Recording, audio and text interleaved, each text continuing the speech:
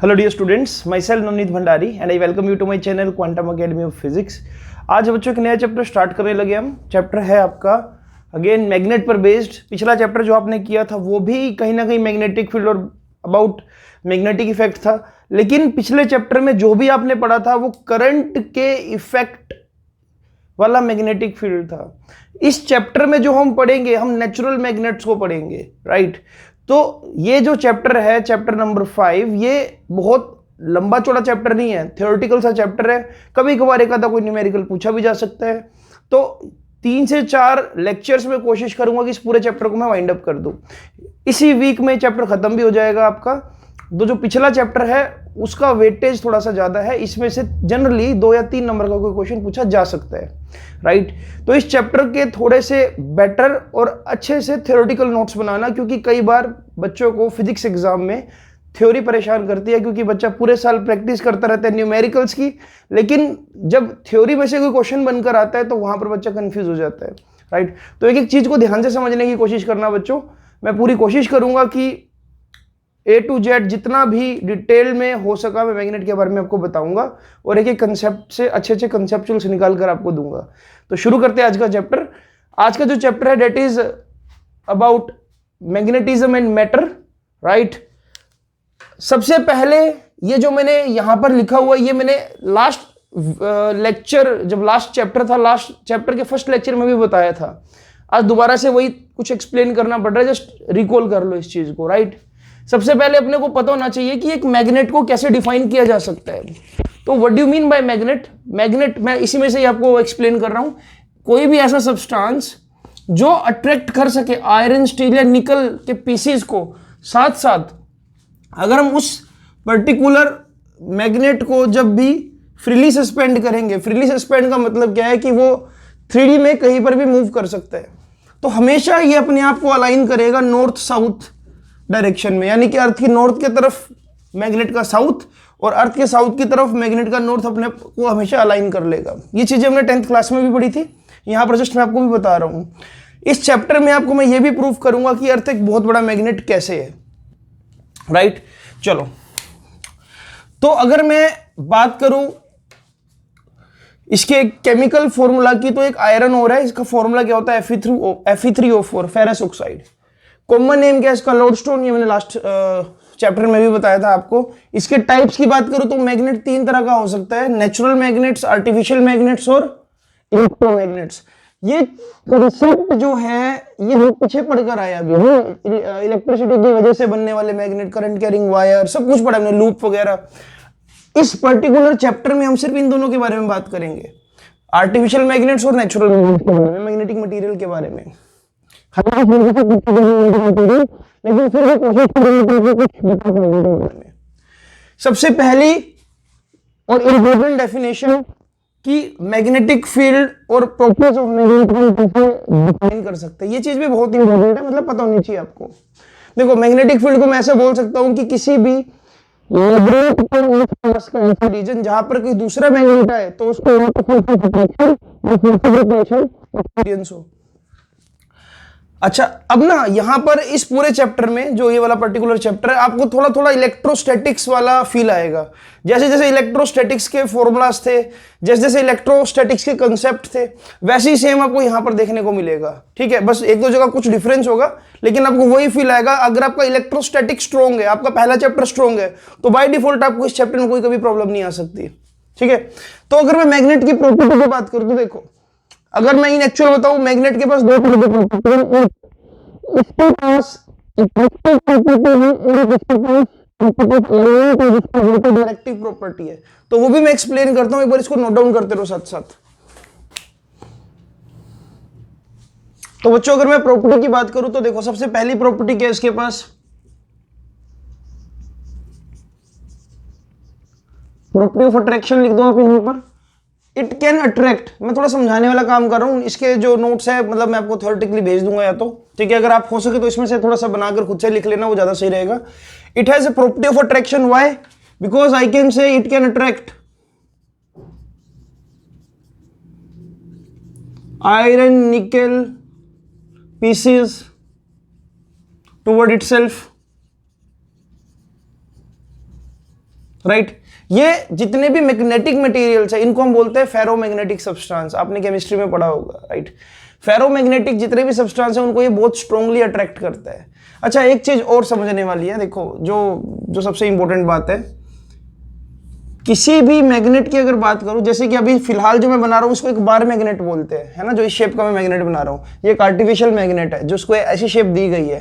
तो किसी भी मैग्नेट के अंदर बच्चों एक नॉर्थ पोल होता है और एक साउथ पोल होता है, ये बात आप मानते हो। और आपको ये भी पता होना चाहिए कि जो नॉर्थ, अगर मैं इसको फ्रीली सस्पेंड करता हूं तो north pole is always attracted toward earth south and south pole of magnet is always attracted toward earth north. अगर मैं नॉर्थ और साउथ पोल की एग्जैक्ट लोकेशंस की बात करूं तो इनकी जो लोकेशंस है बच्चों वो एग्जैक्ट सेंटर में, एग्जैक्ट एंड्स पर नहीं है। मतलब मैं आपको एक सीधा सा एग्जांपल देता हूं, अगर मैं इस लेंथ को बिल्कुल यहां एंड से यहां तक मेजर करूं तो इसको बोलता हूं मैं ज्योमेट्रिकल लेंथ।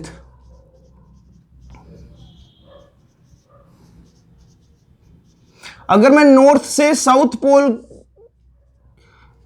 को ज्वाइन करूं और जो ये लेंथ बनती है इसको मैं बोलता हूं मैं मैग्नेटिक लेंथ, राइट। और ऐसा देखा गया है कि जो ज्योमेट्रिकल लेंथ है वो ग्रेटर होती है किससे, मैग्नेटिक लेंथ से। अगर मैं रेशो की बात करूं तो आप बोल सकते हो कि जो ज्योमेट्रिकल लेंथ है और मैग्नेटिक लेंथ है इसका जो रेशो होगा वो क्या होगा, 0.86। ऐसा बोल सकता हूं मैं कि जो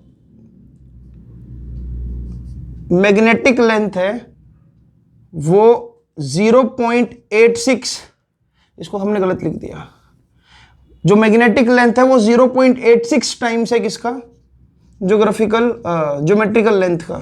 समझ पा रहे हो इस चीज को। अगर मैं एक एग्जांपल की बात करूं, अगर ये 1 मीटर है, अगर एक मैग्नेट की लेंथ 1 मीटर है तो जो उसकी ज्योमेट्रिकल लेंथ 1 मीटर हो गई और जो उसकी मैग्नेटिक लेंथ होगी वो क्या होगी, 0.86 मीटर। आई होप कि आपको ये बात समझ आई होगी। तो जो पोल्स होते हैं बच्चों वो एग्जैक्ट एंड्स पर नहीं प्रेजेंट होते, वो थोड़ा सा अंदर की तरफ प्रेजेंट होते हैं, ठीक है। अच्छा, पहली प्रॉपर्टी हमने पढ़ ली क्या, कि it has property of attraction, it can attract other iron pieces, निकल टुवर्ड इटसेल्फ। अच्छा, एक चीज और, सेकंड हम ये भी बोल सकते हैं, अट्रैक्शन बोल दिया, it has property of alignment. Alignment property का मतलब ये हो गया कि जब भी आप इसको फ्रीली सस्पेंड करोगे ये हमेशा अपने आप को नॉर्थ साउथ डायरेक्शन में ही अलाइन करेगा और कोई डायरेक्शन में पर्टिकुलर अलाइन नहीं करेगा। तो मैं ये बोल सकता हूं कि it has property of alignment. इसको आप ऐसा भी समझ सकते हो, इट हैज डायरेक्टिव प्रॉपर्टी। अभी डायरेक्टिव प्रॉपर्टी से मेरा ये मतलब है कि अगर आप कभी अगर आप कभी कोई एक्सपेरिमेंट करो, एक्सपेरिमेंट आपने 10th क्लास में देखा होगा, मैं थोड़ा सा चलो बताने की कोशिश करता हूं आपको, ठीक है। इसको फिलहाल नोट डाउन कर लो जरा। देखो इसको ना आप थोड़ा ऐसे समझो, हमने इलेक्ट्रिक फील्ड लाइंस को कैसे फाइंड आउट किया था, डायरेक्शंस को। मैंने ऐसा बोला था कि अगर मैं बहुत बड़ा कोई चार्ज रख रहा हूं, यहां पर अगर मैं कोई टेस्ट चार्ज रखूं, टेस्ट चार्ज का डायरेक्शन ऑफ रिपल्शन, मतलब जिस डायरेक्शन में टेस्ट चार्ज रिपेल होगा, this is considered as the direction of electric field lines. तो मैंने बोला था किसी भी पॉजिटिव चार्ज के लिए इलेक्ट्रिक फील्ड जो होगा वो डायरेक्टेड आउटवर्ड होगा, राइट, कुछ ऐसे होगा। और ऐसे ही आपको यह समझना है कि अगर मान लो कहीं पर इलेक्ट्रिक, अभी मैं मैग्नेटिक फील्ड लाइंस आपको बताता हूं, आपको इतना पता ही होगा कि मैग्नेटिक फील्ड बनाता है और फील्ड कैसे बनता है, फील्ड लाइंस की वजह से। तो ये समझो कि अगर किसी पर्टिकुलर रीजन में मैग्नेटिक फील्ड लाइंस कुछ ऐसे है, आप क्या करो, किसी कंपास का नॉर्थ साउथ इसके ऊपर रखो, हमेशा जो नॉर्थ होगा कंपास का वो अगर अंदर की तरफ अट्रैक्ट हो रहा है इस तरह से, तो मैं बोलूंगा कि फील्ड लाइंस की डायरेक्शन ये है, this is the direction of field lines. ऐसे एरो बना दूंगा, जैसे कि फॉर एग्जांपल मैंने कंपास का नॉर्थ पोल यहां रखा तो नॉर्थ पोल ऐसे अट्रैक्ट हुआ, फिर मैंने यहां रखा दोबारा ऐसे अट्रैक्ट हुआ, यहां रखा यहां ऐसे अट्रैक्ट हुआ, यहां रखा यहां ऐसे अट्रैक्ट हुआ, तो मैं बोलूंगा कि फील्ड लाइंस ना इस डायरेक्शन में जा रही है। तो direction of repulsion of north pole, और यू कैन से रिपल्शन या अट्रैक्शन बोलना चाहिए, direction of attraction of north pole will give me the direction of magnetic field lines. जैसे कि फॉर एग्जांपल मैंने अगर कंपास का ये ऐसे नॉर्थ और साउथ रखा होगा यहाँ पर, तो ये नॉर्थ अट्रैक्ट होकर यहाँ चला गया और ये इसने ऐसा शेप ले लिया यहाँ पर, ये नॉर्थ ये साउथ, तो मैं बोलूँगा कि डायरेक्शन यहाँ इस पर्टिकुलर रीजन में यहाँ पर है, राइट। फिर मैंने यहाँ पर कंपास रखी, यहाँ पर भी कुछ ऐसा हुआ कि नॉर्थ यहाँ पर खिसक गया, ऐसे घूम गया तो बोलूंगा डायरेक्शन इस तरफ ही है। तो इस तरह से मैं नॉर्थ पोल की मदद से मैग्नेटिक फील्ड लाइंस को निकाल सकता हूँ। जगह जगह कंपास रखते जाओ और नॉर्थ पोल आपको जहां पर रिपेल अट्रैक्ट हो रहा है वो क्या होगी, direction of magnetic field lines. अच्छा एक चीज और, हमेशा अगर आपको डायरेक्शन देखनी है तो आप देखो टेंजेंट ड्रॉ कर लो। जैसे कि यहां पर अगर मुझे ऐसा देखना हो कि भाई यहाँ इस पर्टिकुलर ए पॉइंट पर मैग्नेटिक फील्ड की डायरेक्शन क्या, नॉर्थ पोल अंदर की तरफ जा रहा है तो टेंजेंट ड्रॉ कर दो, लो ऐसे, this is the direction of, यहां पर टेंजेंट ड्रॉ कर दो अंदर की तरफ। क्लियर है?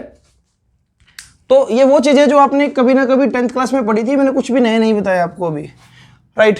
तो डायरेक्टिव प्रॉपर्टी का मतलब ये है कि मैग्नेटिक फील्ड लाइंस भी एक पर्टिकुलर डायरेक्शन में ट्रेवल करती है और ये एक पर्टिकुलर डायरेक्शन में ही किसी नॉर्थ पोल को अट्रैक्ट या रिपेल करेगी। इस बात को आप समझ पा रहे हो? तो अब देखो अट्रैक्शन, अलाइनमेंट और डायरेक्टिव प्रॉपर्टी बेसिक बातें हैं। जो सबसे इंपॉर्टेंट बात वो ये है कि अगर मैं मैग्नेट की बात करूं और चार्ज सिस्टम की बात करूं, इलेक्ट्रोस्टैटिक में जो हमने पढ़ा था, मैग्नेट में अगर मैं बोलूं कि क्या मोनोपोल, मोनोपोल का मतलब होता है सिंगल पोल, क्या एक ऐसा मैग्नेट एग्जिस्ट कर सकता है जिसके पास सिर्फ और सिर्फ एक नॉर्थ पोल हो? तो आंसर है नो, कभी भी नहीं एग्जिस्ट कर सकता। लेकिन क्या एक सिंगल चार्ज एग्जिस्ट कर सकता है? अगर मैं बोलूं कि भाई प्लस क्यू चार्ज, हाँ इसकी अपनी खुद की पहचान है, बिल्कुल एग्जिस्ट कर सकता है। किसी बॉडी में से कुछ इलेक्ट्रॉन्स निकाल लो तो पॉजिटिवली चार्ज हो गई, जरूरी नहीं है कि उसके साथ हमेशा नेगेटिव चार्ज प्रेजेंट हो। नहीं, डाइपोल तो एक ऑप्शन है, डाइपोल बन भी सकता है और फ्री चार्ज एग्जिस्ट भी कर सकता है, लेकिन मैग्नेट के पास ये ऑप्शन नहीं है। मैग्नेट ने बोला कि तुम नॉर्थ और साउथ जियोगे भी साथ में, मरोगे भी साथ में ही रहेंगे नॉर्थ और साउथ पोल। हमेशा जो मैग्नेट होगा वो दो पोल्स के साथ ही मिलेगा आपको, नॉर्थ और साउथ के साथ। Monopole never exist in a magnet, और you can say if you try to destroy the polarity of magnet you will never able to do it. Why? अगर आप किसी भी मैग्नेट को, सपोज करो ये नॉर्थ है ये साउथ है, आप किसी भी मैग्नेट के पोल्स को तोड़ने की कोशिश करो, आपको ये नजर आएगा कि यहां पर नॉर्थ है, यहां पर साउथ डेवलप हो जाएगा, यहां पर नॉर्थ डेवलप हो जाएगा, ये साउथ। इसको तोड़ दो, जब इसको तोड़ोगे तो यहां पर कुछ ऐसा देखने को मिलेगा आपको। इसके टुकड़े टुकड़े कर रहा हूं मैं, north south, south north south, south north, north south, right. तो चाहे मैग्नेट हो कुतुब मीनार जितना या मैग्नेट हो एक पेंसिल के निब जितना, पेंसिल के सिक्के जितना, उसके अंदर दो ही पोल्स आपको मिलेंगे। मैग्नेट का साइज कुछ मर्जी हो, डजेंट मैटर। मोनोपोल कभी एग्जिस्ट नहीं करता। You can not destroy north pole और आप सोचो कि मैं साउथ पोल को ले जाऊं, नहीं, ऐसा नहीं होगा कभी भी। अच्छा, तो ये आपकी क्या, इसको फोर्थ प्रॉपर्टी मान सकते हो कि monopole never exist in a magnet. एक और प्रॉपर्टी की बात कर रहा हूं मैं, एक और टर्म बता रहा हूं आपको। सी, ये सभी चीजें आपने ऐड ऑन करके लिखनी है नोट्स में बच्चों की, ठीक है। अब हम अगर बात करें, देखो कुछ टर्मोलॉजी है, अगर किसी भी मैग्नेट के नॉर्थ से साउथ की तरफ मैं ऐसे एक लाइन ड्रॉ करूं जो नॉर्थ को साउथ से मीट करा रही हो, इस पर्टिकुलर हॉरिजॉन्टल लाइन को मैं बोलता हूं magnetic axis. This is basically magnetic axis जो मैं ऐसे लाइन ड्रॉ कर रहा हूं, राइट। यानी कि अगर मैं इसको यहां पर धागे से बांध रहा हूं तो जो ये मैग्नेटिक एक्सिस है ये कहीं ना कहीं ज्योग्राफिकल एक्सिस के, अच्छा मैं इन फ्यूचर ये भी पढ़ाऊंगा कि ये मैग्नेटिक एक्सिस है तो देखो यहां पर कई ज्योग्राफिकल एक्सिस होगा, यानी कि अर्थ का नॉर्थ साउथ कुछ ऐसे, ठीक है। मतलब इसको ऐसे समझो आप, डेफिनेटली अर्थ का साउथ इस तरफ होगा, डेफिनेटली अर्थ का नॉर्थ इस तरफ होगा, है ना। तो जो अर्थ का एक्सिस बनेगा वो भी कुछ ना कुछ ऐसा होगा जो साउथ नॉर्थ को जोड़ेगा। तो ये मैं अभी मैग्नेट, जब अर्थ मैग्नेटिज्म हम पढ़ेंगे तब बात करेंगे इसकी, और ये भी बताऊंगा कि जो नॉर्थ पोल होता है ना जो मैग्नेट का, वो एग्जैक्टली नॉर्थ के साउथ की तरफ नहीं अलाइन होता, there is some angle difference, उसको हम पढ़ेंगे, एंगल ऑफ डिक्लाइनेशन को। अभी फिलहाल ये समझो कि जो मैग्नेट के नॉर्थ से साउथ की तरफ एक्सिस मीट हो रहा है, जो लाइन ज्वाइनिंग आप बना रहे हो यहां पर, उसको बोलते हैं मैग्नेटिक एक्सिस। इसको एक बार नोट डाउन करो, फिर हम आगे चलते हैं। इसी तरह से बच्चों मैं कभी भी मैग्नेट को अगर सस्पेंड करूंगा ना तो फ्रीली सस्पेंड करूंगा। मतलब अगर ये मान लो मैग्नेट है, मैग्नेट देखो लेफ्ट टू राइट इस तरह से भी घूम सकता है और ऐसे भी डिपिंग भी दिखा सकते हैं, समझ पा रहे हो। इसलिए सिर्फ एक एक्सिस बनाने से काम नहीं चलेगा, मैं एक प्लेन इमेजिन कर रहा हूं जिसके अंदर मैग्नेट को रखा है, मतलब मैं इसका वाई एक्सिस और एक्स एक्सिस दोनों कैलकुलेट कर पाऊं, राइट। तो ऐसा प्लेन देखो मैंने यहां पर प्लेन बना दिए, राइट, ये एक प्लेन बना दी जिसमें मैग्नेट डिपिंग भी दिखा सकते हैं, मतलब ये मैग्नेट ऐसा भी जा सकता है कुछ ऐसे,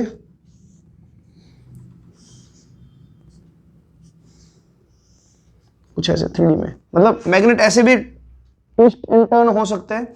तो मुझे एक प्लेन की जरूरत थी, तो मैंने बोला कि एक ऐसा प्लेन, वर्टिकल प्लेन जिसमें मैग्नेट को मैंने सस्पेंड कर रखा है, उसको बोलूंगा मैं मैग्नेटिक मेरिडियन। मैग्नेटिक एक्सिस तो ये रही, अगर मान लो आप एक्स एक्सिस को बोल दो कि एक्स एक्सिस पर ही नॉर्थ और साउथ प्रेजेंट है, तो ये होगी मैग्नेटिक एक्सिस। और ये पूरा प्लेन क्या होगा, मैग्नेटिक मेरिडियन, जिसमें मैं मैग्नेट की मूवमेंट को चेक कर सकता हूँ कि किस तरह से अलाइनमेंट दिखा रहा है ये। ठीक है, तो आगे चलते हैं, इसको आप नोट डाउन कर लो।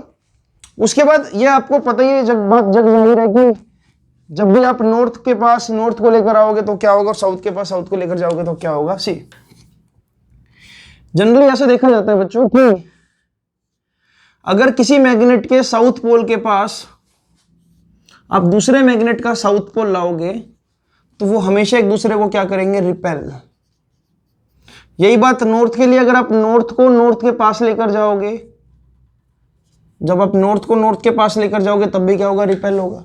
लेकिन जब भी आप अपोजिट पोल्स को एक दूसरे के पास लेकर जाओगे तो वो हमेशा एक दूसरे को क्या करेंगे, अट्रैक्ट करेंगे, they will attract each other, right. तो एक प्रॉपर्टी बना सकते हो कि opposite poles always attract and similar poles always repel each other.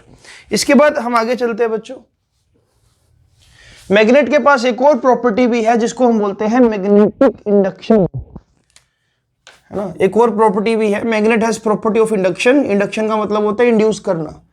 तो मैग्नेटिक इंडक्शन का मतलब क्या हुआ कि अगर आप किसी भी मैग्नेट के पास किसी भी मान लो फेरोमैग्नेटिक सब्सटेंस को लेकर आओगे या मैग्नेटिक मटेरियल को लेकर आओगे, तो ऐसा देखा जाएगा कि ये जो सब्सटेंस है ये भी एक टेम्परेरी मैग्नेट की तरह बिहेव करेगा कुछ समय तक। बोल सकते हो कि ये एक, मतलब मैं लिख देता हूं, it behave like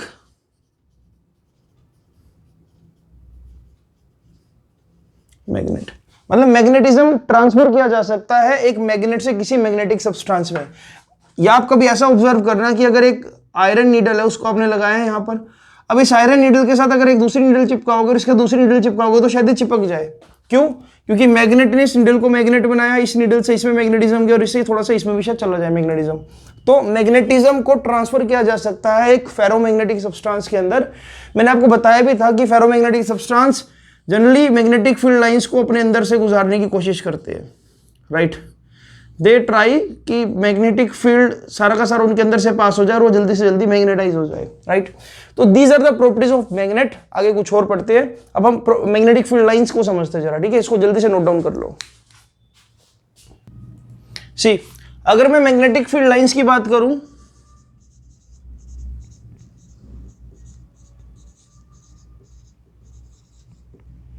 what do you mean by magnetic field lines?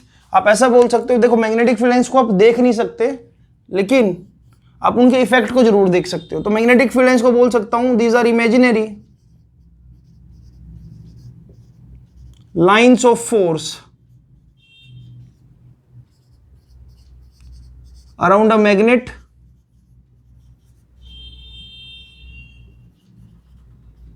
which creates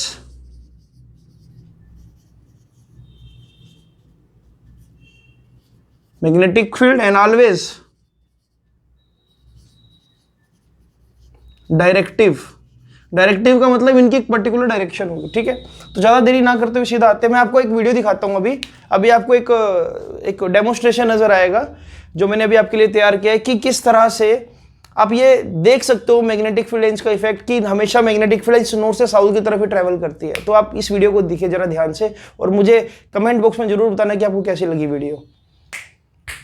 तो आई होप कि आपको ये वीडियो देखकर बहुत मज़ा आया होगा बच्चों, जो मैंने जस्ट अभी डाली है।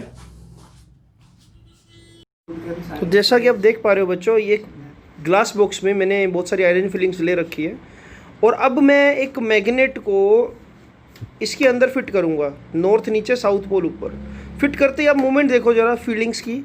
आयरन फिलिंग्स किस तरह से एक पर्टिकुलर पैटर्न बना रही है और नॉर्थ पोल और साउथ पोल पर मैग्नेटिक फील्ड स्ट्रॉन्ग होने की वजह से कितनी आयरन फिलिंग्स चिपक गई।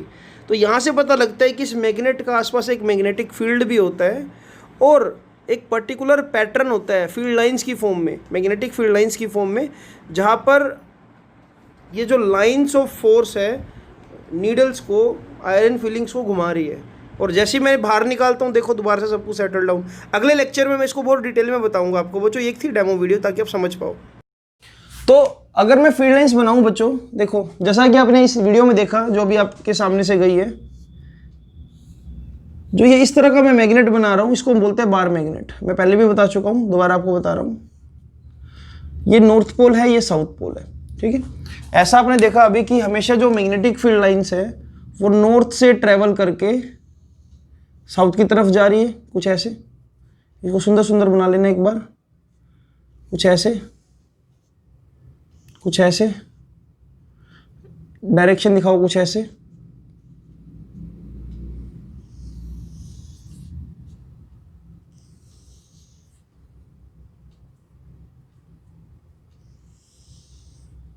ठीक है।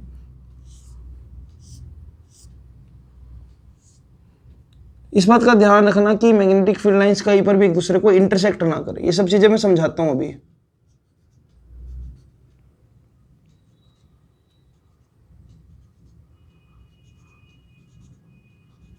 राइट।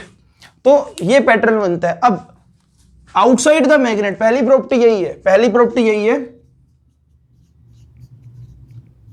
आउटसाइड मैग्नेट जो मैग्नेटिक फील्ड लाइंस हैं they go north pole to south pole, but inside magnet magnetic field lines travel south pole to north pole. और इस तरह से मैं बोल सकता हूं कि जो मैग्नेटिक फील्ड लाइंस है, ऐसे बना सकता हूं यहां पर, आप इसको बस ऐसे सिंगल लाइन दिखा दो कि भाई ठीक है, अंदर की तरफ जितनी भी फील्ड लाइंस है बच्चों वो कहां पर ट्रेवल करेगी, साउथ पोल से नॉर्थ पोल की तरफ, ठीक है। सो ये आपने डायग्राम 10th में भी बनाया था, ठीक है। अब ये मैं डायरेक्शन क्यों निकाल पा रहा हूं, देखो अगर मैं यहां पर मैग्नेटिक कंपास का नॉर्थ और साउथ रखता तो नॉर्थ हमेशा इस तरफ ऐसे अलाइन करता, ठीक है। इस तरफ अलाइन करते करते यहां पर बिल्कुल डायरेक्ट एकदम परपेंडिकुलर घूम जाता। देखो यहां पर अगर नॉर्थ ऊपर रखूं तो वैसे खिसकता खिसकता खिसकता खिसकता यहां पर देखो, अगर यहां पर बिल्कुल नॉर्थ रखूंगा तो नॉर्थ बिल्कुल ऊपर होगा और साउथ नीचे होगा। लेकिन यही कंपास जब यहां पर आ जाएगी तो नॉर्थ बिल्कुल नीचे खिसक जाएगा और साउथ ऊपर होगा। तो direction of attraction of north pole will give me direction of magnetic field lines. जिस डायरेक्शन में अट्रैक्ट हो जा रहा है नॉर्थ, वहां पर क्या उसको आगे टेंजेंट ड्रॉ करते रहो और आपको क्या मिल जाएगा, मैग्नेटिक फील्ड लाइंस की डायरेक्शन। अच्छा, इसके बाद सेकंड प्रॉपर्टी जैसा कि आप देख पा रहे हो, magnetic field lines they always form continuous and close loop. हमेशा क्लोज लूप बनेगा, इस तरह से देखो कंप्लीट लूप बन रहे हैं। आपने ये चीज वहां देखी होगी जब मैंने आपको इलेक्ट्रिक फील्ड लाइंस ड्रॉ की थी। इलेक्ट्रिक फील्ड लाइंस में डाइपोल में भी, अगर आप डाइपोल की भी बात करो, plus Q minus Q, dipole के केस में भी एक क्लोज लूप नहीं बनता। लेकिन मैग्नेटिक फील्ड लाइंस की मैं बात करूं तो magnetic field lines close loop जरूर बनाएगी। थर्ड प्रॉपर्टी आप देख पा रहे हो, near poles magnetic field lines are present very close to each other,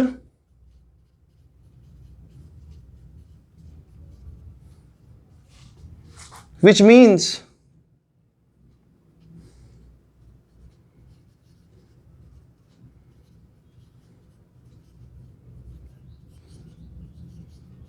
strong magnetic field. But away from poles, field lines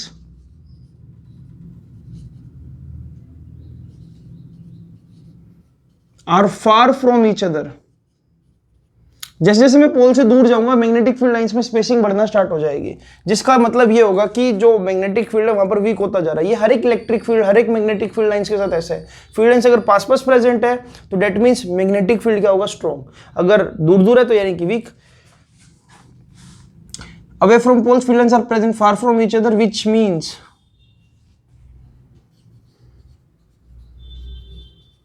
weak magnetic field.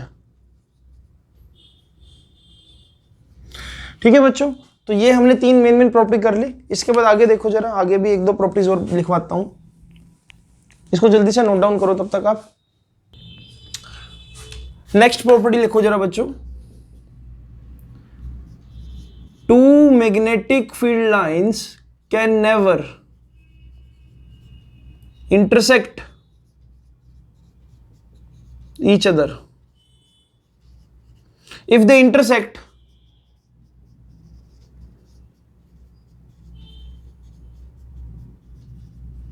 there must be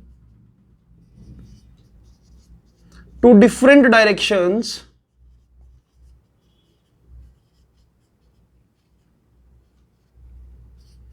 of magnetic field lines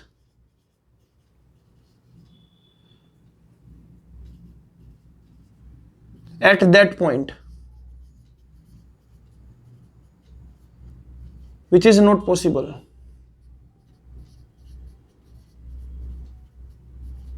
right तो कभी भी दो field lines एक दूसरे को intersect नहीं कर सकते। अगर वो इंटरसेक्ट करे तो यानी कि यहां पर टेंजेंट ड्रॉ करो, यहां पर टेंजेंट ड्रॉ करो। यार एक ही मैग्नेट के अंदर दो नॉर्थ पोल कैसे हो सकते हैं? अगर वो मान लो ऐसे, या तो दो नॉर्थ पोल है या दो साउथ पोल, इसका मतलब तो ये हुआ ना, यहां से भी फील्ड लाइंस निकल रही, यहां से भी फील्ड लाइंस निकल रही, इंटरसेक्ट हो गई। तो किसी भी मैग्नेट में कभी भी आपको ये देखने को नहीं मिल सकता। अगर ऐसा मिल रहा है तो उस मैग्नेट में दो नॉर्थ पोल है जो कि पॉसिबल नहीं है, और दो साउथ पोल है जो कि पॉसिबल नहीं है। तो ये प्रॉपर्टी भी बहुत इंपॉर्टेंट है। अच्छा, अगली प्रॉपर्टी की तरफ चलते हैं। Number of magnetic field lines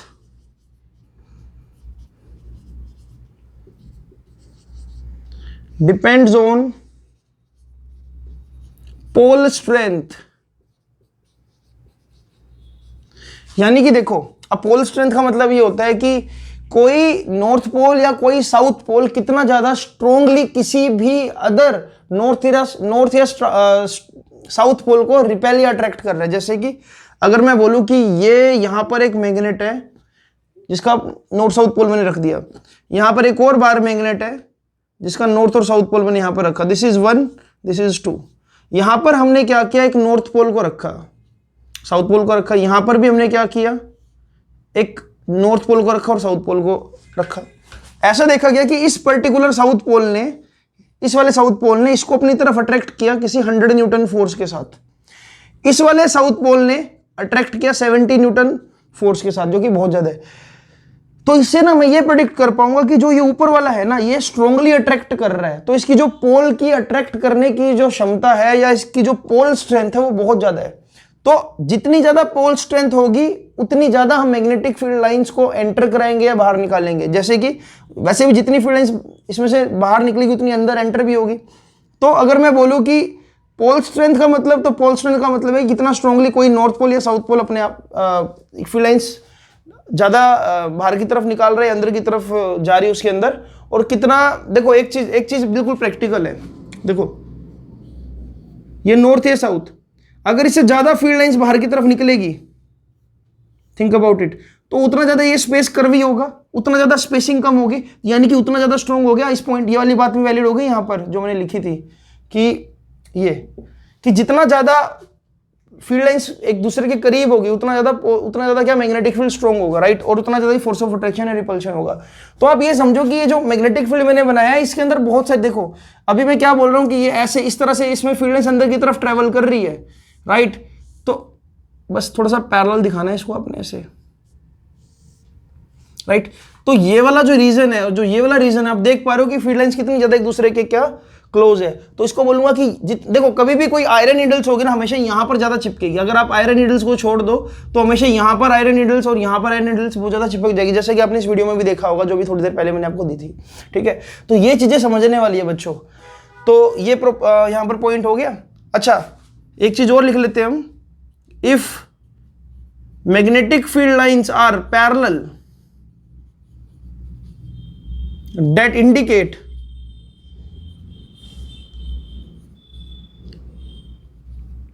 magnetic field is uniform. अगर मैग्नेटिक फील्ड लाइंस पैरेलल है तो उससे ये पता लगेगा कि जो मैग्नेटिक फील्ड है उस पर्टिकुलर रीजन में क्या बिल्कुल यूनिफॉर्म है। यूनिफॉर्म इन द सेंस कि हर जगह एक जैसा है। ठीक है, तो इसको आप जल्दी से नोट डाउन कर लो। मैं आपको थोड़ा सा और इसको मैं अभी रब कर देता हूं। तो बच्चों अब हम एक और बेसिक सी बात समझ लेते हैं कि देखो, जैसा कि मैंने आपको बताया था अभी, अगर किसी रीजन में पैरेलल मैग्नेटिक फील्ड लाइंस है तो मैं बोलूंगा कि ये क्या है, uniform magnetic field.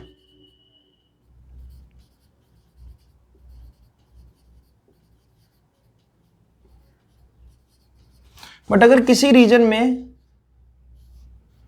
Magnetic field lines ऐसे मिल जाए आपको, जैसे कि मैंने बनाई है, ऐसी मैग्नेटिक फील्ड लाइंस को या ऐसी मैग्नेटिक फील्ड लाइंस को मैं बोलूंगा ये जो रीजन है ये क्या है, नॉन यूनिफॉर्म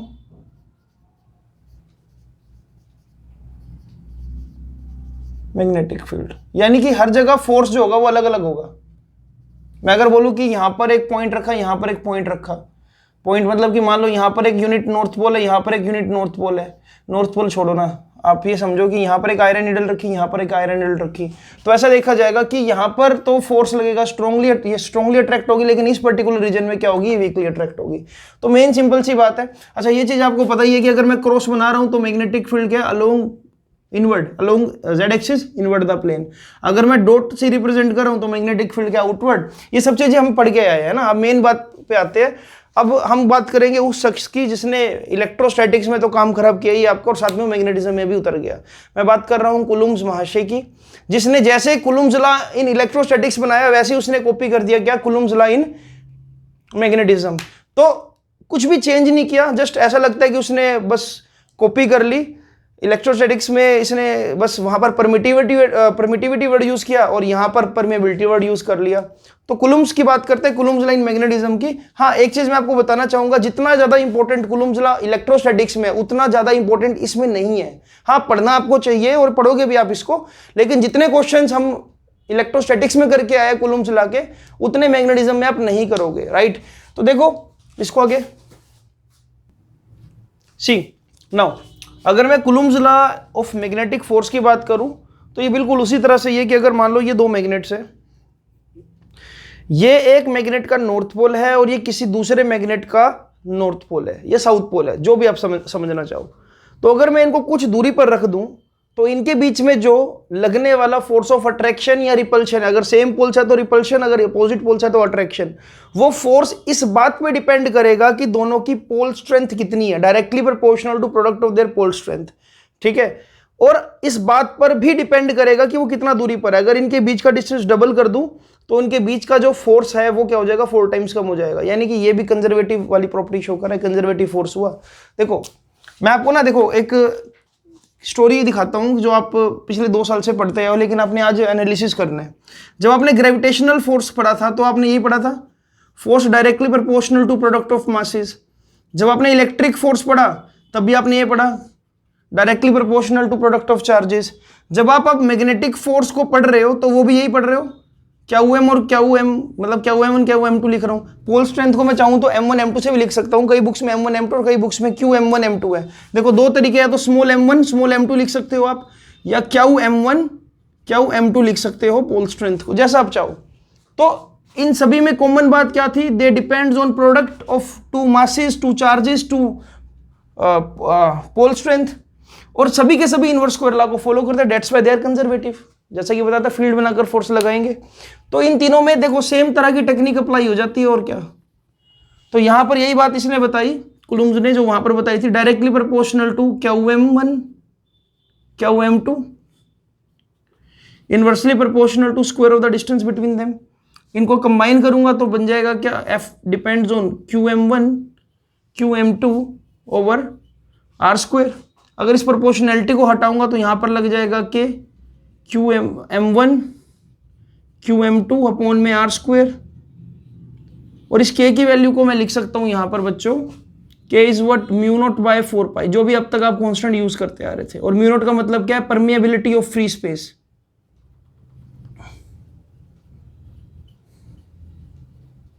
ठीक है, और मुझे वैल्यू बताने की जरूरत नहीं होगी। यहाँ पर म्यू नॉट बाय 4 पाई की जो वैल्यू होती है बच्चों क्या होते हैं 10⁻⁻⁷।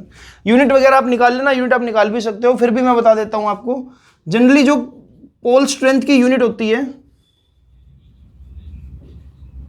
पोल स्ट्रेंथ की यूनिट होती है आपकी देखो इसको ना डिफाइन करना थोड़ा सा आप सीख ही लो। इसको मैं एक बार रब कर रहा हूं, फिर मैं आपको डिफाइन करवाता हूं ये। तो देखो अब यूनिट कैसे निकालेंगे बच्चों इसकी, ये भी बहुत इंपॉर्टेंट है। यूनिट होती है पोल स्ट्रेंथ की एम्पियर मीटर या न्यूटन टेस्ला इनवर्स। देखो फॉर्मूले में से इसको निकालते हैं। आपको पता है कि जो मैग्नेटिक फोर्स का फॉर्मूला है वो क्या है, mu not QM1 QM2 upon में R² अपॉन में 4 पाई भी। अब आपको पता है कि मुझे ये पर्टिकुलर टर्म्स की वैल्यू निकालनी है, तो मैं लिख रहा हूं QM का स्क्वायर। मान लो कि पोल दोनों के दोनों इक्वल पोल स्ट्रेंथ के है। FR² अपॉन में म्यू नॉट, फोर्स के लिए MLT-2, R² के लिए L²। म्यू नॉट का डायमेंशन कहां से निकाल सकते हो, यहां से फॉर्मूला पढ़ा था आपने सोलेनॉइड के लिए म्यू नॉट NI, तो वहां से मैंने फॉर्मूला ड्राइव कर दिया, आप भी ड्राइव कर सकते हो। MLT-2 A-2, उसको मैंने एज इट इज ये नीचे फिट कर दिया, राइट। MLT-2 A-2, ऊपर M से M कैंसिल, L से ये वाला L कैंसिल, T-2 से T-2 कैंसिल, बचा क्या L³ अपॉन में L, मतलब L² बच गया सिर्फ, और नीचे क्या A-2 ऊपर लेकर जाऊंगा तो A², तो L²A² यहां पर है स्क्वायर, रूट हो जाएगा। तो क्या बचा देखो, करंट इनटू में लेंथ यानी कि एम्पियर मीटर। इसी तरह से ही अगर आप चाहो तो न्यूटन और टेस्ला की फॉर्म में भी छोड़ सकते थे, उसमें भी कोई गलत ना होता, ठीक है। तो आई होप कि आपको ये बात समझ आई होगी बच्चों। So this is all about Coulomb's law in magnetism, ठीक है। इसमें कुछ नई बात नहीं है, सब ऑलरेडी हमको पता है। इनवर्स स्क्वायर लॉ को फॉलो करता है अगर आप देखो, right. It also follow inverse square law, तो इसको नोट डाउन कर लो, फिर आगे देखते हैं इसमें कुछ। तो बच्चों अब हम डिफाइन करते हैं मैग्नेटिक फील्ड स्ट्रेंथ को। डिनोट किससे करेंगे, बी वेक्टर से ही, ठीक है। सी इलेक्ट्रिक फील्ड स्ट्रेंथ आपको थोड़ा सा याद दिलाता हूं मैं। आपने ये पढ़ा था कि किसी भी क्यू चार्ज से कुछ दूरी पर एक क्यू नोट चार्ज रखूं, टेस्ट चार्ज, तो ये कितना फोर्स एक्सपीरियंस करेगा, इससे इस बात का अंदाजा लगाया जा सकता है कि कितना इलेक्ट्रिक फील्ड स्ट्रॉन्ग होगा, है ना। वहां पर मैंने टेस्ट चार्ज की बात की थी। टेस्ट चार्ज की डेफिनेशन आपको याद है ना, कि इस टेस्ट चार्ज से बनने वाला इलेक्ट्रिक फील्ड इसके इलेक्ट्रिक फील्ड को अफेक्ट नहीं कर सकता, या ये इस पर जो फोर्स लगा रहा है बहुत नेग्लिजिबल है, ठीक है। तो मैंने ऐसे डिफाइन कर दिया था फिर कि electric field intensity will be F vector divide by Q naught. अगर डायरेक्शन आई कैप में तो i cap, direction of force on this Q naught will give you the direction of electric field. सारा कुछ आपको बताया था। यहाँ पर आपको जब रिजल्ट मिला था कुछ ऐसा मिला था, स्केलर फॉर्म में KQ/R², ऐसा कुछ मिला था ना रिजल्ट। अब देखो अगर मैं मैग्नेटिक फील्ड स्ट्रेंथ की बात करूं, it is also force experienced by a unit, ऐसा लिख दो, it is force experience by a north pole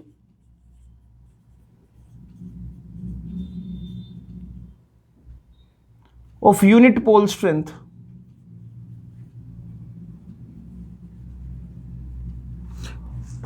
whenever it is kept in magnetic field region of a magnet comparatively bigger in size, you can say।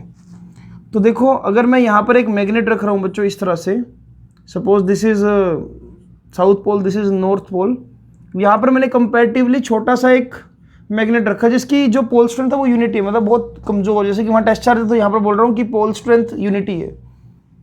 तो ऐसा देखने को मिलेगा कि अगर इनके बीच का डिस्टेंस R है तो इसको जो फोर्स ऑफ रिपल्शन लगेगी वो इस तरफ लगेगी, रिपेल होगा।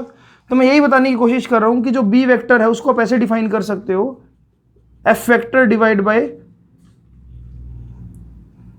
QM, n cap, direction n cap है। अभी मुझे क्योंकि सिचुएशन नहीं पता कि एन कैप की वैल्यू हम निकाल लेंगे यहाँ से। इस फिगर के अकॉर्डिंग जो एन कैप की वैल्यू वो क्या है, बाहर की तरफ, यानी कि अलोंग आई कैप। तो इसलिए मैं इसको कैसे डिफाइन कर सकता हूँ, देखो जो फोर्स लग रहा है नॉर्थ नॉर्थ के बीच में वो क्या हो सकता है, वन बाय कह रहा हूँ म्यू नॉट बाय 4 पाई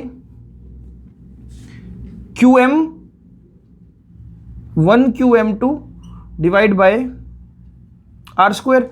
अब अगर इसको आप QM2 बोल रहे हो तो मैंने आपको बोला ना अभी कि चलो इसको कोई बात नहीं, QM2 बोल दो आप। वैसे जो इसकी पोल स्ट्रेंथ हम यूनिटी भी ले सकते हैं यहाँ पर डेफिनेशन के अकॉर्डिंग। तो अगर मैं बी वेक्टर निकालना चाहूँ, मतलब मैग्नेटिक फील्ड स्ट्रेंथ निकालना चाहूँ इस पर्टिकुलर पॉइंट पर, इस रीजन में r डिस्टेंस दूरी पर, तो वो क्या होगा देखो, B vector is equal to F vector divide by QM। यानी कि ये जो पोल है इसको इस पोल ने कितना फोर्स एक्सपीरियंस किया उसे डिफाइन हो जाएगा। एफ वेक्टर की वैल्यू, एफ की वैल्यू क्या है, अब मैग्नीट्यूड निकालते हैं इसका जरा। एफ की वैल्यू क्या है, mu naught by 4 pi QM1 QM2 divide by r square. तो नीचे क्या आना चाहिए, QM2 आना चाहिए, क्योंकि इसको मैं बोल रहा हूँ QM1, इसको बोल रहा हूँ मैं QM2, राइट। तो नीचे क्या आएगा QM2 जिस पर फोर्स लग रहा है। तो जब मैं इसको डिवाइड कर दूंगा QM2 से तो क्या मिलेगा आपको, रिजल्ट देखो कुछ देखा देखा लग रहा होगा। जो आपको मैग्नेटिक फील्ड मिला वो क्या मिला, KQM1 बाय में आर स्क्वायर। क्या ये कुछ ना कुछ ऐसा नहीं लग रहा आपको, KQ बाय आर स्क्वायर, ये क्या मिल रहा है KQM1 by r square. K into में चार्ज अपॉन में आर स्क्वायर, K इंटू में पोल स्ट्रेंथ अपॉन में आर स्क्वायर, राइट। तो इस तरह से आप बोल सकते हो कि इस पर्टिकुलर केस में जो मैग्नेटिक फील्ड स्ट्रेंथ है वो क्या ही KQM1 अपॉन में r square along i cap. Direction भी होगी इसकी कुछ ना कुछ। अगेन देखो ग्राफ तो वही आप बनाना सीख जानते हो कि आर वर्सेस अगर बी ग्राफ बनाओ तो वैसा ही होगा, है ना, inversely proportional to r square. तो ये चीजें है जो आपको आनी चाहिए, इसमें कुछ भी नया नहीं है। मैं बोल रहा हूँ जिसने इलेक्ट्रोस्टैटिक्स ढंग से पढ़ रखा है उसके लिए चैप्टर बहुत इजी रहेगा ये वाला। इसको जल्दी नोट डाउन करो, फिर एक दो टर्म्स और समझते हैं। सो एक टर्म और है मैग्नेटिक डाइपोल। जैसे कि आपने इलेक्ट्रिक डाइपोल पढ़ा था, इलेक्ट्रिक डाइपोल की डेफिनेशन याद दिलाता हूँ आपको। It is system of two charges which are equal in magnitude but opposite in nature and separated by some distance 2a, right. That system is basically what electric dipole. और magnet तो होता ही हमेशा दो poles के साथ ही exist करता है ना, तो मैग्नेटिक डाइपोल भी यही होगा बच्चों, एक ऐसा सिस्टम जिसमें जो मैग्नेटिक पोल्स हैं वो इक्वल हो पोल स्ट्रेंथ में और सेपरेटेड हो कुछ दूरी पर। और बस कंडीशन ये है कि जो दोनों की पोल स्ट्रेंथ हो वो इक्वल हो। जैसे कि एक बार मैग्नेट की बात करूं तो वो अपने आप में क्या है, एक बार मैग्नेट भी अपने आप में क्या है, एक डाइपोल है। सोलिनॉइड की बात करूं, सोलिनॉइड भी क्या है, एक डाइपोल है। मैग्नेटिक नीडल भी एक डाइपोल है, राइट। तो क्योंकि इनमें जितनी फील्ड लाइंस नॉर्थ पोल से निकल रही है उतनी फील्ड लाइंस अंदर एंटर हो रही है। ये भी इस बात की निशानी है। देखो अगर मैं बोल रहा हूं कि एक पोल से 10,000 फील्ड लाइंस निकल रही है और दूसरे पोल में 10,000 फील्ड लाइंस एंटर हो रही है, यानी कि दोनों की दोनों जो पोल स्ट्रेंथ है वो क्या सेम है। और मैं बोलूंगा कि ये जो पर्टिकुलर मैग्नेट है ये एक डाइपोल की तरह बिहेव कर रहा है, ठीक है। तो कंडीशन सिर्फ इतनी सी है कि QM1 should be equal to QM2 but both should be opposite in nature. एक से फील्ड लाइंस बाहर निकलनी चाहिए और एक के अंदर एंटर होनी चाहिए। तो डाइपोल मूवमेंट भी डिफाइन कर देते हैं हम। देखो चार्जेस के लिए डाइपोल मूवमेंट कैसे डिफाइन हुई थी, याद करो जरा। Plus Q minus Q। मैंने बोला था कि अगर इलेक्ट्रिक फील्ड पॉजिटिव से नेगेटिव ट्रेवल करता है तो dipole movement, electric dipole movement थी नेगेटिव से पॉजिटिव। और फॉर्मूला क्या था, सेपरेशन ली थी हमने वहां पर कितनी, 2a। तो Q इंटू में 2a, ये जो Q चार्ज और इनके जो सेपरेटिंग लेंथ जो ये हमने ली थी, इसका जो प्रोडक्ट था वो हमको क्या दे रहा था वहां पर, डाइपोल मूवमेंट। सेम बेटा यहां पर है, मैग्नेटिक डाइपोल मूवमेंट भी यही है कि जब भी आप पोल स्ट्रेंथ को देखो, जैसे कि अगर मैं मैग्नेट बना रहा हूं यहां पर, this is QM1 and this is also QM1, दोनों की पोल स्ट्रेंथ इक्वल है। अगर मैं पोल स्ट्रेंथ को यानी कि QM ले लेता हूं, मल्टीप्लाई कर दूं इनके बीच के डिस्टेंस से, मैग्नेटिक लेंथ से। मैग्नेटिक लेंथ को हम क्या ले लेते हैं जनरली, 2L। मैग्नेटिक लेंथ ले लेते हैं 2L, सेंटर से L ये, सेंटर से L ये। तो this product is basically called magnetic dipole movement, जिसको आप M से भी रिप्रेजेंट कर सकते हो। और जनरली एक वेक्टर क्वांटिटी है। Why, because we will take this 2L as a vector. Why, because it is directed towards south to directed towards north from south. तो यह जो L वेक्टर है इसको बोलता हूं मैं magnetic length directed from south to north. Direction क्या होगी इसकी मैग्नेटिक डाइपोल मूवमेंट की, हमेशा साउथ से नॉर्थ पोल, क्योंकि inside magnet field lines travel from north pole, inside magnet field lines travel from south pole to north pole. So we will choose the direction south pole to north pole for as a direction of dipole movement. अगर मैं unit की बात करूं, unit मैंने आपको देखो magnetic dipole movement मैंने जब आपको लूप में करवाई थी तो लूप में हमने क्या फॉर्मूला ड्राइव किया था, करंट इन टू में एरिया, याद करो जरा, अभी लास्ट चैप्टर में किया था। तो वो भी एक डाइपोल फॉर्मेशन थी, यहाँ पर भी डाइपोल है। तो देखो अगर आपको यूनिट लिखनी है इसकी मैग्नेटिक डाइपोल मूवमेंट की तो आप लिख सकते हो करंट इनटू एरिया, यानी कि it should be m0 L2, area के लिए L2 A और T0, ऐसे लिख दो ना, L2 T0 और करंट के लिए लिख दो आप A। So this will be your dimension formula for magnetic dipole movement. So आज के टॉपिक में हम इतना ही करते हैं। अगला जो लेक्चर होगा उसमें हम जानेंगे कि एक बार मैग्नेट के लिए एक्सियल पॉइंट पर इलेक्ट्रिक फील्ड, एक बार मैग्नेट के लिए इक्वाटोरियल पॉइंट पर इलेक्ट्रिक फील्ड, जैसा बिल्कुल डिट्टो हमने किया था इलेक्ट्रोस्टैटिक्स में। और क्या हो अगर मैं बार मैग्नेट को बीच में से कट करके उसका दूसरा पीस उसके ऊपर ऐसे रख दूं, लॉन्गिट्यूडनली कट करूं, ट्रांसवर्स कट करूं, तो बहुत कुछ हम अगले लेक्चर में पढ़ेंगे। आज का जो लेक्चर था it is all about introduction of this chapter, जिसमें मैंने कुछ टर्मोलॉजी समझाई। और चैप्टर थ्योरेटिकल है, चैप्टर कंपैरेटिवली इजी है, बस आपको सुंदर सुंदर नोट्स बनाने हैं और कंसेप्चुअल्स फॉलो करने हैं, जो मैं आपको करवाऊंगा आगे इन फ्यूचर लेक्चर्स में। तो इसी के साथ इस लेक्चर को फिनिश करते हैं बच्चों, मिलते हैं आपसे अगली वीडियो में। आज के लिए कोई भी कमेंट बॉक्स क्वेश्चन नहीं है हमारे पास, क्योंकि कमेंट बॉक्स क्वेश्चन आएंगे अगले लेक्चर से। आज जस्ट था आपको बताने का कि क्या इस चैप्टर में आप पढ़ने वाले हो, क्या कुछ टर्मोलॉजी है। तो ठीक है बच्चों, हैव अ ग्रेट डे।